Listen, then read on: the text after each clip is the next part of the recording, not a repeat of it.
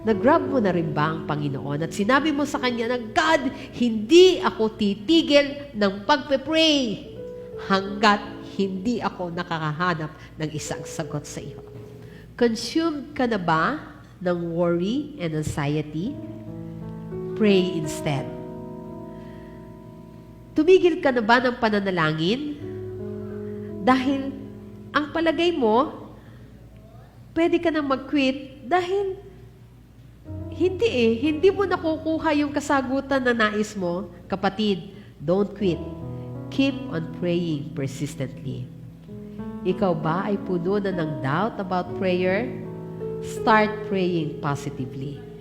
Expect God to answer. Ito ay kung paano tayo lumaban sa mga battles in life natin. Let us fight on bended knees.